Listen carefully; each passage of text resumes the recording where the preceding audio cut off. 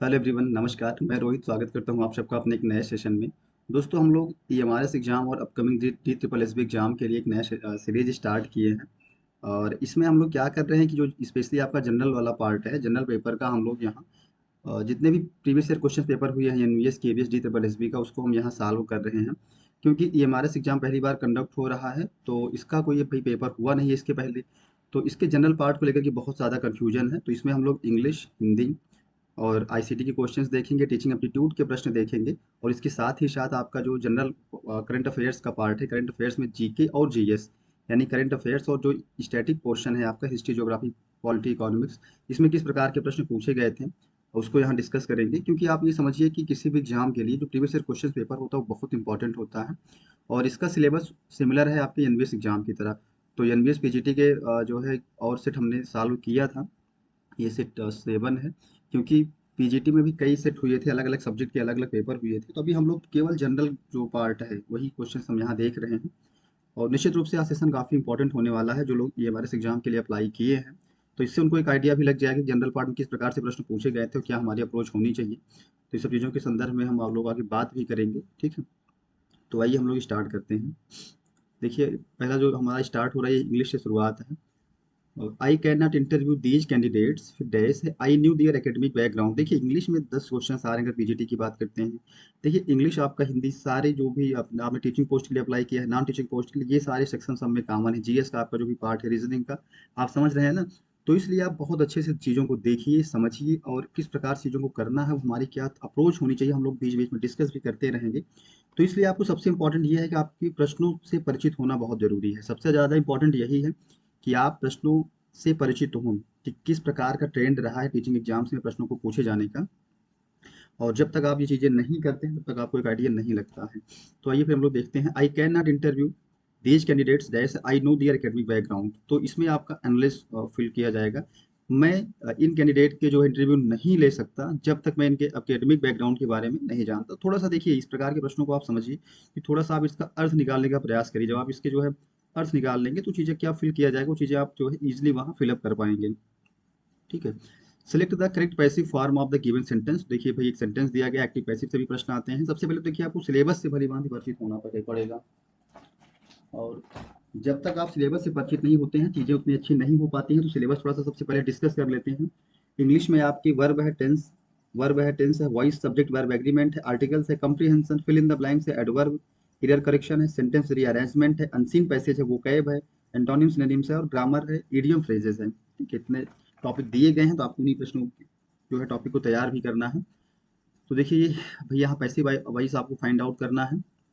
The scientist have confirm the existence of 44 new planet in other solar plant. तो इसका जो right वो है आंसर, वो डी हो जाएगा। The existence of 44 new planets in their solar system has been confirmed by the scientist. थोड़ा सा आपको बेसिक रूल से परिचित होना पड़ेगा यहाँ, एक्टिव पैसिव के, डायरेक्ट इनडायरेक्ट के। अगले प्रश्न पर चलते हैं। Select the most appropriate option to fill in the blank. Fill in the blank का भी प्रश्न है। Please put off the television, can not you see Dadaji. Please put off the television, can not you see Dadaji on his book. ठीक है, तो इसमें देखते हैं कि इसमें क्या फिल किया गया है। तो इसका जो राइट वो है डी, इज वर्किंग। सो जो राइट आंसर है इज वर्किंग, यानी कि please put off the television, भाई टेलीविजन को आप बंद कर दीजिए। कैन नॉट यू सी, क्या आप नहीं देख रहे हैं। दादा दादाजी किताब पढ़ रहे हैं। ठीक है भाई, किताब भी पढ़ना आपकी जारी है। अगले प्रश्न पर चलते हैं। Select the option which is not an antonym of another work by way of adding the prefix. यहाँ डिस से देखिए, आपको जो है जो प्रीफिक्स होता है एक सफिक्स होता है। तो एंटोनिम्स फाइंड आउट करना है। जो अनदर वर्ड का जो है एंटोनिम नहीं है, ठीक है। तो ये भाई क्या है आपका, डिस्पेंस है। डिल्यूजन भी है, डिस्प्लीज भी एंटोनिम है, डिसअपियर है, लेकिन ये डिस्पेंस नहीं है, ठीक है। Select the most appropriate option to fill in the blank. The dash ship prove to be a treasure trove for the pirates. तो 10 संकिन हो जाएगा। संकिन मतलब होता है डूबा हुआ। संकिन मीन्स क्या होता है, डूबा हुआ। तो शंकिन मीन्स होता है डूबा हुआ। यहाँ ड्रोन जैसे शब्दों का अर्थ है जो डूब गया हो, ड्रोन्ड। और परंतु शंकिन में ज्ञान, परंतु शंकिन में ज्ञात है। तो यहाँ जो फिल इन द ब्लैंक्स आपका राइट आंसर होगा वो शंकन होगा। Select the most appropriate antonym of the given word. देखिए सिनोनिम एंटोनिम से भी प्रश्न यहाँ पूछे जा रहे हैं। तो एक्सक्यूट का जो एंटोनिम होगा वो एब्जॉर्ब होगा। ठीक। तो वर्ड पावर बहुत इंपॉर्टेंट है, वर्ड पावर आपको देख लेना है। एक्सक्यूट का अर्थ है रिसाव के साथ बहना, और इसके विपरीत एब्जॉर्ब का अर्थ है शोक लेना। ठीक है, एब्जॉर्ब करना यानी शोक लेना। Select the most appropriate synonym of the given word abandoned. ठीक है, तो अबेंडन्ड का होता है डिस्कार्डेड। जो अबेंडन्ड की सिनोनिम होती है वो है डिस्कार्डेड, यानी कि छोड़ देना, खारिज कर देना, त्याग देना होता है। अस्वीकृत कर देना अबेंडन का मतलब होता है छोड़ देना। आप प्रयास करिए at least 5 word power per day तैयार करिए। 5 मीनिंग तो आपको पर डे तैयार करनी है स्टार्टिंग में, फिर धीरे धीरे आप उसको बढ़ा सकते हैं। और लिख के उसको जो है प्रयास करिए कि उसको आप एक अलग से कॉपी में लिख के याद करिए। देखिए select the most appropriate synonym of the given word. तो ये आपका जो है एक तरीके से अप्रोप्रिएट सिनोनिम यहाँ भी है डिस्क्रिशनरी। डिस्क्रिशनरी ठीक है, तो इसका जो सिनोनिम है वो है ऑप्शनल। डिस्क्रिशनरी शब्द का अर्थ है विवेकाधीन, वैकल्पिक, वैचारणीय, अतिरिक्त एवं ऑप्शनल। ये देखते हैं। Select the most appropriate option to fill in the blank. This hotel is जैसे फिर then the other hotels on which road, यानी चीपर हो जाएगा, क्योंकि यहाँ पे कंपेयर किया जाए इस होटल का अन्य होटलों से। तो कंपेरेटिव फॉर्म में चीपर होता है, सुपरलेटिव फॉर्म में चीपेस्ट हो जाएगा। ठीक है, तो यहाँ चीपर हो जाएगा। चीप, चीपर, चीपेस्ट होता है। यहाँ आपका कंपेरेटिव डिग्री का प्रयोग किया गया है। ठीक है। Select the most appropriate option to fill in the blank. The Jews broad strength rage and Ibrahim made Pharaoh count. तो यहाँ देम हो जाएगा। क्या है राइट आंसर? देम।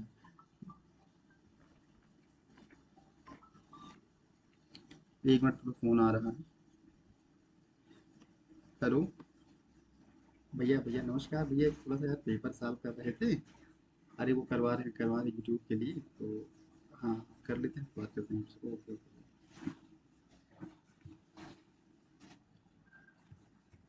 तो इसका जो राइट आंसर है वो देम है। Select the most appropriate option to fill in the blank. You dash yourself if you too near to the machine, तो यू विल इंजर। यहाँ क्या फिलअप होगा? You will injure. अगर आप machine के बहुत ज़्यादा नज़दीक रहेंगे तो आप इंजर हो सकते हैं, घायल हो सकते हैं। ठीक है। Select the option that express the given sentence in reported speech. तो भाई, Rahul said to me I will get the vegetables for you from the market. ठीक है, तो राहुल टोल्ड मी दैट, इसका जो रिपोर्टेड स्पीच का वही फाइंड आउट करना है। तो he would get the vegetables for me from the market, ये भी डायरेक्ट डायरेक्ट का ही पार्ट है। दिए गए डायरेक्ट स्पीच हेतु विकल्प डी अभिष्ट उत्तर है। ठीक है, तो आपका जो विकल्प डी है ये राइट है। Select the most appropriate option to fill in the blank. Her parent gave her a satellite phone. Dash. She needed to contact somebody in emergency while on her high altitude climbed. तो यहाँ जो fill करना है वो in case होगा। ठीक है। Her parent gave her a satellite phone in case she needed a contact somebody in emergency while on her high altitude climb. ठीक। Select the correct passive form of the given sentence. Active passive से भी देखिए कुछ प्रश्न शामिल किए गए हैं। The land owners sold the abandoned land to the Jewish land found at an outrageous price। तो इसका जो सही आंसर है वह है D. The abandoned land was sold by the land owners to the Jewish land found at an outrageous price। तो active passive में आप देखिए जो सब्जेक्ट आपका होता है पैसिव फॉर्म में वो ऑब्जेक्ट हो जाता है, और ऑब्जेक्ट यहाँ सब्जेक्ट हो जाता है। तो इसके बेसिक रूल्स आपको पता होने चाहिए। In the following sentences, four words or phrases have been underlined. One of them is incorrect. Choose the incorrect word or phrase from the given option. So 48 special trains was run over the past 2 days from Kerala to Chennai and other areas to rescue the people stranded in Kerala floods। तो यहाँ was run है। ठीक है, यहाँ ये गलत है। इसमें देखिए कि रन की जारी होने के बाद वाज रन के द्वारा बताई गई, जो कि गलत है। यहाँ इस स्थिति में प्रेजेंट परफेक्ट कंटिन्यूअस टेंस की वर्ब हैव बीन रनिंग होगा। ठीक है। Select the incorrectly spelled word, तो इसमें आपको फाइंड आउट करना जिसकी स्पेलिंग गलत है। तो गारंटी ये गलत है। ठीक है, गारंटी जो स्पेलिंग होती है G U A RANTEE होती है, ठीक है, GUARANTEE। In the following sentence, four words or phrases have been underlined. One of them is incorrect. Choose the incorrect word or phrase from the given options. Grandmother often took me with her when she is going to the Shania Square for water. तो is going हो जाएगा, ये incorrect है, ठीक है, ये जो यहाँ दिया गया है ये इनकरेक्ट है, ठीक। Select the correctly spelled word, तो इसमें आपको फाइंड आउट करना है किसकी स्पेलिंग सही है, तो कमीशन की भाई सही है, देखिए चारों दिया गया है। कमीशन की स्पेलिंग होती ही है COMMISSION, कमीशन, ठीक। Select the option that express the given sentence in direct speech, तो Shapan told his mother not to worry, he would go to town and look for he work, then they would be able to pay their डेब्ट, शपन said. इसका जो right answer है वह है C. Don't worry mother, I will go to town and look for work, then we will be able to pay our डेब्ट। Select the most appropriate option to fill in the blank, there is nothing wrong with the television set, fill करना है, but there is definitely some problem in the dish, तो यहाँ right answer इसका itself हो जाएगा, it self यहाँ fill करना पड़ेगा।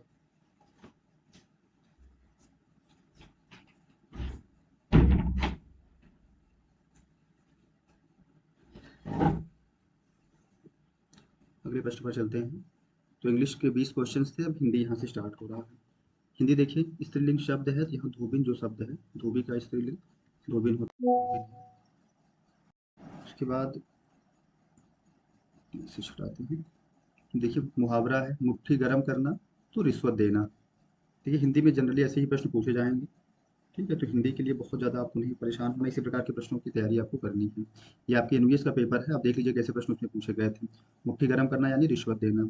नाक के लिए तत्सम शब्द तो नासिका हो जाएगा, नाक का जो तत्सम है, तत्सम तद्भव होता है, तद्भव नाक है, तत्सम इसका नासिका है। ऊपर से मित्रता अंदर से कपट के लिए लोकोक्ति होगी, तो मुंह में राम बगल में छुरी, ये लोकोक्तियां से भी प्रश्न पूछे जाते हैं। राम भक्त शब्द में समास है, तो तत्पुरुष समास है, राम भक्त, राम का, राम के भक्त, ठीक है, तत्पुरुष यहाँ समास है। अच्छे बुरे का अंतर ना करना वाक्यांश के लिए उचित मुहावरा होगा। एक लाठी से हाँकना, भाई मतलब कि सबको आप एक ही दृष्टि से देख रहे हैं, ठीक है, तो अच्छे बुरे का अंतर जो है एक लाठी से हाँकना, ठीक है, ना करना। नफा का विलोम मुनाफा होता है, नफा नुकसान होता है, ठीक है, नफा मानी प्रॉफिट होता है और इसका नुकसान हो जाएगा, ठीक, विलोम इसका यहाँ पूछ रहा है। वेद प्लस अंत की संधि है, वही वेदांत है, वेदांत की संधि होती है वेद प्लस अंत है, और ये जो है दीर्घ संधि है, दीर्घ स्वर संधि, ठीक। यह कपड़ा गंदा है वाक्य का बहुवचन है, ये कपड़े गंदे हैं, यह कपड़ा गंदा है इसका बहुवचन है, ये कपड़े गंदे हैं। निम्नलिखित में से तत्सम शब्द कौन सा है, पत्थर है, निद्रा है, नया है, पैर है, तो निद्रा तत्सम है, और सब तद्भव वाक्य शब्द हैं, ठीक है, और सब तद्भव हैं। तद्भव शब्द बताइए, तद्भव भाव हो जाएगा, और भाव का जो तत्सम होता है वह वाष्प होता है। समय के अनुसार चलोगे तभी सफल हो पाओगे, तो यथा समय यहाँ फिल करना, यथा समय मतलब यानी कि यथा समय मतलब होता है समय के अनुसार चलोगे तभी सफल हो पाओगे। जगन्नाथ का सही संधि विच्छेद है जगत धन नाथ, जगत धन नाथ यानी व्यंजन संधि इसमें है, संधि विच्छेद है ये। मलिन का पर्याय है दूषित, मलिन का जो पर्यायवाची है दूषित है, मैला, गंदा, स्वच्छ, खराब। सदैव बहुवचन में युक्त होने वाला शब्द है, तो आंसू, आंसू का जो प्रयोग होता है सदैव बहुवचन में इसका प्रयोग होता है। निम्नलिखित में से कौन सा तद्भव शब्द है, तो बच्चा, बच्चा तद्भव है, और ये सब तत्सम है, ठीक है। नौका का पर्यायवाची नहीं है, तो जल भरी, तरी भी पर्यायवाची है, तारड़ी है, नाव भी है, लेकिन जल भरी नौका की पर्यायवाची नहीं है। रहीमन पानी राखी बिन पानी शब्दों में अलंकार है, तो यहाँ श्लेष अलंकार है, अलंकार से भी देखिए प्रश्न यहाँ पूछे गए थे, तो रहीमन पानी राखी इसमें श्लेष अलंकार है। किसी शब्द के एक से अधिक अर्थ निकले वहां श्लेष अलंकार होता है। निम्नलिखित में से कौन सा वाक्य अशुद्ध है, तो वह अपने घर गई है, वह अपने घर गई है, अशुद्ध वाक्य को। मैं गीत सुन चुका हूँ, वह हिंदी नहीं बोल सकी, लड़किया ने अपना काम किया, ठीक है। अस्थिर का विलोम होगा, अस्थिर का विलोम स्थिर होगा, ठीक है, अस्थिर का जो विलोम है स्थिर होगा। अब देखिए क्वेश्चंस भाई इंग्लिश के और हिंदी के भी हो गए हम लोग। इसके पहले सबसे पहले इंग्लिश के प्रश्न देखे, फिर हिंदी। अब देखिए जनरल अवेयरनेस। जनरल अवेयरनेस में आप यहाँ देखिएगा कि किस प्रकार से करंट के प्रश्न पूछे गए थे 2019 में, और स्टैटिक पोर्शन में किस प्रकार से प्रश्न पूछे गए थे। इससे आपको एक आइडिया भी लग जाएगा और उसी प्रकार के प्रश्नों की आपको तैयारी करनी है, स्पेशली करंट का जो सेक्शन है, क्योंकि करंट के सेक्शन में बहुत सारी समस्या होती है कि कहाँ कहाँ तक पढ़ें, कितना पढ़ें, किस प्रकार से प्रश्न पूछे जा सकते हैं, तो आप एक अंदाजा लगा सकते हैं। यूनानियों द्वारा निम्नलिखित में से किस भारतीय राजा को अमित्रचेट अर्थात दुश्मनों का संहार करने वाला राजा कहा गया है। तो अमित्रचेट बिंदुसार की भाई वो बात ही एक तरह से कह सकते हैं, उसको अमित्रचेट भी कहा जाता है। अमित्रचेट यानी कि अर्थात दुश्मनों का संहार करने वाला। ये हिस्ट्री का प्रश्न था। एक पौधे के निम्नलिखित में से किस भाग में प्रकाश संश्लेषण की प्रक्रिया नहीं होती। तो जड़। शाखाओं में भी होती है, पत्तों तना, लेकिन जड़ में प्रकाश संश्लेषण की प्रक्रिया नहीं होती है। एशियाई खेल 2018 में भारत ने कुल कितने पदक जीते थे। तो 69। अब देखिए खेल से भी प्रश्न यहाँ पूछे गए थे, तो आपको 2023 में जो जो खेल हुए थे उसको तैयार करना है। तो अब चलते हैं अगले प्रश्न पर। A rural manifesto realising India in future of hitch village नामक पुस्तक किसने लिखी है। ये वरुण गांधी की पुस्तक है। देखिए जो इंपॉर्टेंट पर्सनालिटीज हैं उनके द्वारा लिखी गई पुस्तकें आपको देख लेना है। सोना पानी मिनी हाइडल पावर प्रोजेक्ट नामक हेरिटेज पावर प्रोजेक्ट भारत के किस राज्य में स्थित है। या मेघालय में स्थित है। पावर प्रोजेक्ट है तो आप समझिए जो महत्वपूर्ण पावर प्रोजेक्ट है जो हाल ही में स्टार्ट हुए हैं, उसको भी देख लेना। भारतीय संविधान के निम्नलिखित में से कौन सा अनुच्छेद धन विधेयक से संबंधित है। तो अनुच्छेद 199। वर्ष 1930 में भारत की स्वतंत्रता संग्राम के दौरान चटगांव शस्त्रागार पर आक्रमण करने वाले नेता कौन थे। तो सूर्यसेन हैं। देखिए जो हिस्ट्री, ज्योग्राफी, पॉलिटी, इकोनॉमिक्स जो प्रश्न पूछे जाएंगे बहुत व्यवहारिक प्रश्न रहेंगे, जो इसके पहले परीक्षाओं में पूछे गए थे, तो आपको उन्हीं प्रश्नों के, ऐसे ही प्रश्नों की तैयारी करना है। 36 किलोमीटर प्रति घंटा निम्नलिखित में से किसके बराबर है। तो ये 10 मीटर प्रति सेकंड के बराबर। इसको जब आप देखेंगे इसमें घंटा, तो मतलब कि जब पूरा आप जो है किलोमीटर प्रति घंटा मीटर प्रति सेकंड में फाइंड आउट करेंगे तो आ जाएगा। H C L plus N A O H, और इसका देखिए क्या फार्मूला है, इसमें N A C L fill करना पड़ेगा। साइंस से वैसे प्रश्न नहीं पूछे जाएंगे, पहले प्रश्न पूछे जाते थे, हो सकता है कि आप प्रश्न पूछे जाएं, लेकिन अब बहुत रेयर ही है। निम्नलिखित में से किस देश ने लारियस वर्ल्ड स्पोर्ट्स अवार्ड 2019 की मेजबानी की। मोनाको। औद्योगिक नीति और संवर्धन विभाग द्वारा निम्नलिखित में से किस राज्य को स्टार्टअप रैंकिंग 2018 में सर्वश्रेष्ठ प्रदर्शन करने वाले के रूप में सम्मिलित किया गया है। तो गुजरात है। निम्नलिखित में से किस राज्य ने दिसंबर 2018 में इंदिरा गांधी राष्ट्रीय मानव संघ के सहयोग से सांस्कृतिक उत्सव राष्ट्रीय बाल रंग 2018 का आयोजन किया था। तो मध्य प्रदेश। करंट, ये सारे प्रश्न करंट के हैं, ये भी इसके पहले काफी प्रश्न, तो आप देखिए करंट में किस प्रकार से प्रश्न पूछे जा रहे हैं। भारत में रेलवे की शुरुआत निम्नलिखित में से किस ब्रिटिश गवर्नर जनरल ने की थी। तो लॉर्ड डलहौजी। ठीक है। लॉर्ड डलहौजी ने भारतीय रेलवे के जनक के रूप में जाना जाता है। रेलवे की शुरुआत भी लॉर्ड डलहौजी के समय हुई थी। आपको पता होना चाहिए पहली जो गाड़ी है 1853 में मुंबई से थाने के बीच में चलाई गई थी। ये चीज़ें आपको पता होनी चाहिए आपको, क्योंकि पूछ सकता है। लोकसभा के सदस्य बनने के लिए भारतीय संविधान द्वारा निर्धारित शैक्षणिक योग्यता क्या है। तो कोई शैक्षणिक योग्यता निर्धारित नहीं की गई है। ठीक है। किस सम्राट ने भारतीय उपमहाद्वीप में गजपति साम्राज्य की स्थापना की थी। कपिलेंद्र देव। ये भी हिस्ट्री का ही प्रश्न है। भारत भूमध्य रेखा के उत्तर की ओर स्थित है। कर्क रेखा, मकर रेखा, विषुवत रेखा है। और भारत की कहाँ से गुजरी, ये चीज़ें आपको मैप के द्वारा पता होनी चाहिए। ठीक। निम्नलिखित में से कौन सा देश वर्ष 2020 तक सभी सार्वजनिक परिवहन को मुक्त करने वाला पहला देश बनने वाला है। तो लग्जमबर्ग।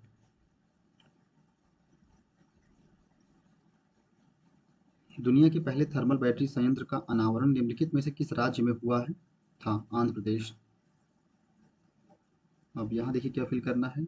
गणेश वासुदेव मावलंकर पहली लोकसभा के अध्यक्ष थे। तो पहले जो लोकसभा अध्यक्ष थे गणेश वासुदेव मावलंकर थे।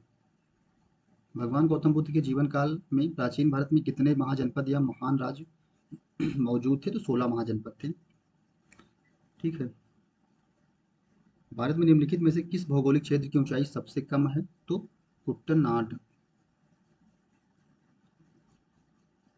ये सब केरल के क्षेत्र हैं। भारत का सबसे प्रसिद्ध संग्रहालय इंडियन म्यूजियम निम्नलिखित में से किस स्थान पर स्थित है। तो ये कोलकाता है इसका।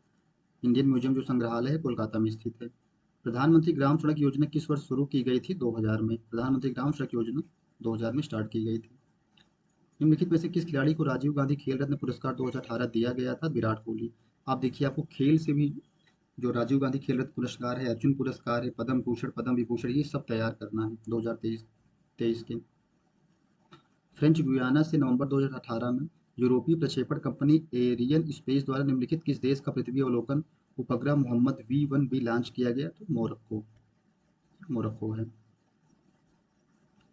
निम्नलिखित में से किस बैंक ने डिजिटल भुगतान सुविधा के लिए multi option payment acceptance device launch किया है? तो स्टेट बैंक ऑफ इंडिया है। अफ्रीका के निम्नलिखित किस देश में पहली हाई स्पीड रेल लाइन का अनावरण किया गया? मोरक्को है।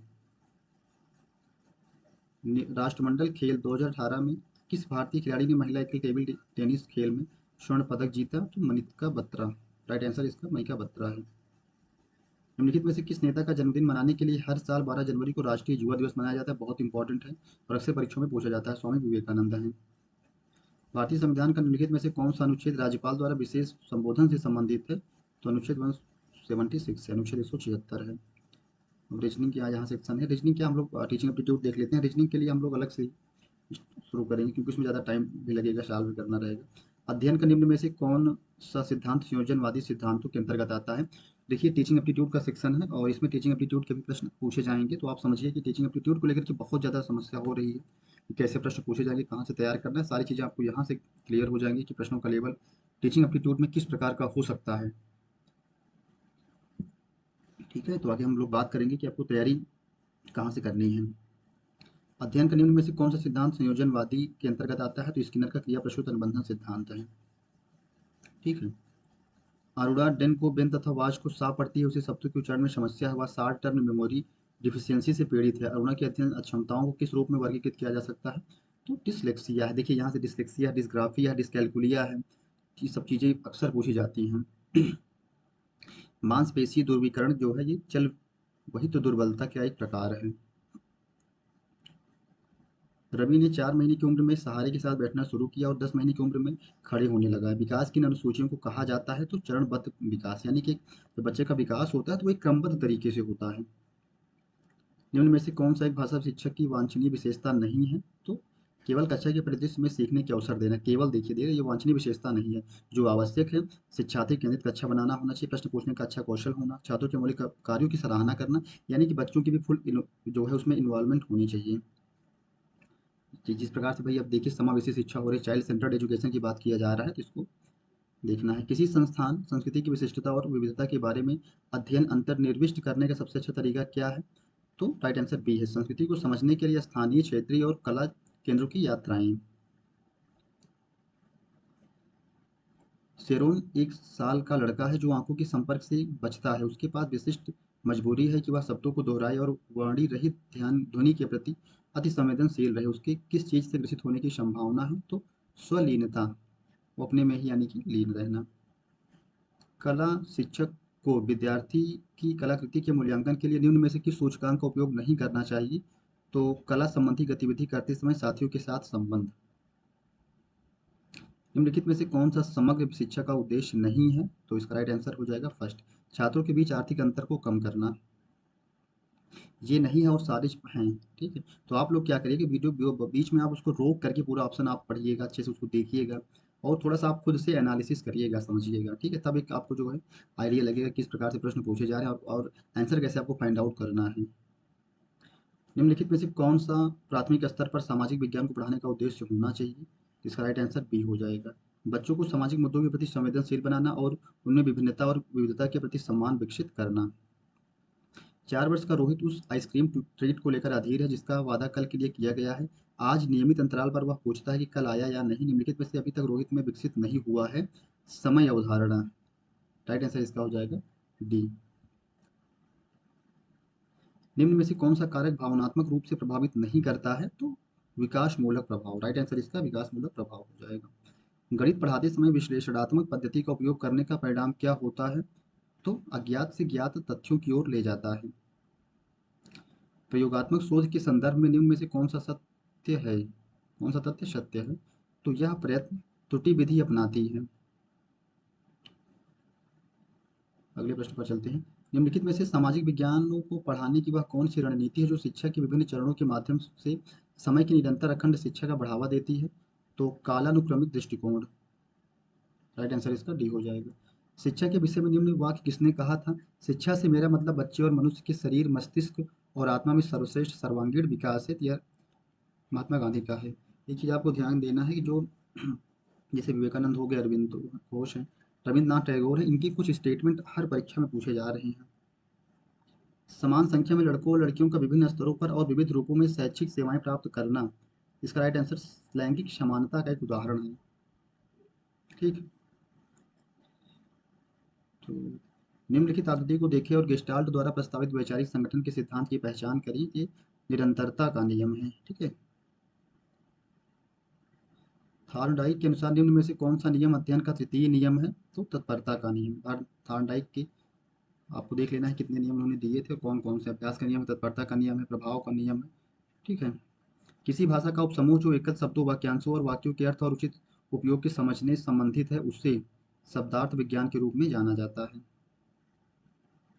तो इस प्रकार से आप देखिए कि 20-20 क्वेश्चन थे आपकी, हिंदी 20 और इंग्लिश और करंट अफेयर्स, यानी उसमें सामान्य अध्ययन में पूरा सब कुछ शामिल था। और उसके साथ ही साथ आपका जो है टीचिंग एप्टीट्यूड के सेक्शन थे। ठीक है। प्रश्नों की संख्या थोड़ी सी कम करी गई है।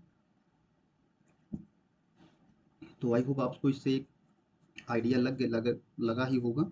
और देखिए हम लोग आगे सीरीज को कंटिन्यू करेंगे और बेहतर तरीके से इसे कंटिन्यू करेंगे। ठीक है। तो आई होप कि प्रयास अभी यही रहेगा कि जितने भी पेपर हुए हैं NVS KVS D triple S B, उसको हम लोग सॉल्व करेंगे। उसके बाद मॉडल पेपर स्टार्ट करेंगे। ठीक है। तो आप लोगों के जो भी सुझाव हों आप उसे ज़रूर कमेंट में मेंशन करिएगा, बताइएगा। आने वाले समय में उसको इम्प्रूव भी किया जाएगा।